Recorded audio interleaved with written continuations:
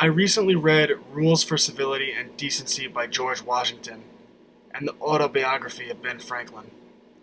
They both had something remarkable in common. Well, one of many remarkable things anyway. Before the age of 16, George Washington wrote 110 Rules for Civility and Decent Behavior in Company and Conversation. Likewise, by age 20, Benjamin Franklin had written out a 13-point code to live by in order to develop his character. In the interest of time, I won't read out the 110 rules of George Washington. Here are the 13 rules Benjamin Franklin attempted to live by. Number 1. Temperance. Eat not to dullness, drink not to elevation. Number 2. Silence. Speak not but what may benefit others or yourself. Avoid trifling conversation. Number 3. Order. Let all things have their places. Let each part of your business have its time. Number 4. Resolution. Resolve to perform what you ought. Perform without fail what you resolve. Number 5. Frugality. Make no expense but to do good to others or yourself, i.e., waste nothing. Number 6. Industry. Lose no time. Be always employed in something useful. Cut off all unnecessary actions. Number 7. Sincerity. Use no hurtful deceit. Think innocently and justly, and if you speak, speak accordingly. Number 8. Justice. Wrong none by doing injuries, or omitting the benefits that are your duty. Number 9. Moderation. Avoid extremes. Forbear resenting injuries so much as you think they deserve. Number 10. Cleanliness. Tolerate no uncleanliness in body, clothes, or habitation. Number 11. Tranquility. Be not disturbed at trifles, or at accidents common or unavoidable. Number 12. Chastity. Rarely use venery but for health or offspring, never to dullness, weakness, or to the injury of your own or another's peace or reputation. Number 13. Humility.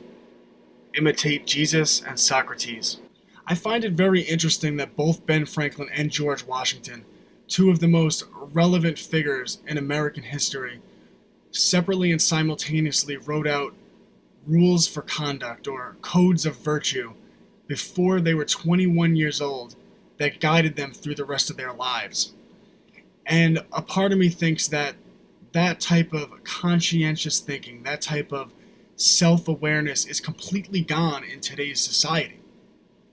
That in today's society, people go through their whole lives without a basic code of conduct, a code of virtue in how to improve themselves, how to treat their fellow man, and how to develop their worldview and develop as a person. And I wonder if society would be a much better place if people would raise their conscientiousness, raise their awareness, so that they can create their own codes of virtue for self-improvement and for societal improvement. So my challenge for you is, in the comments below, write out your code of conduct, your code of virtue, if you have one. And if you find that you don't, maybe you should take the time to start developing your own code. I've always had my own code that I've lived by, but I've never really taken the time to write it down. So myself, I'm going to take the time, write down my code of virtue, my code of conduct, and I'll share that with you guys in the near future. I think this is a good habit to get into, and if people see other people making their own codes of conduct and virtue, maybe we could spread the trend and over time start to make society a better place. Because if you look at society today, there's such a lack of humility, a lack of self-responsibility, where people are taking responsibility and trying to make themselves better people, trying to make the world a better place. I know every day I try to find better ways to live my life, and it would be at the very least, a helpful activity to myself and to others to write out a code of virtue, a code of conduct to live by, so that I have a guiding force to becoming a better person and making the world a better place.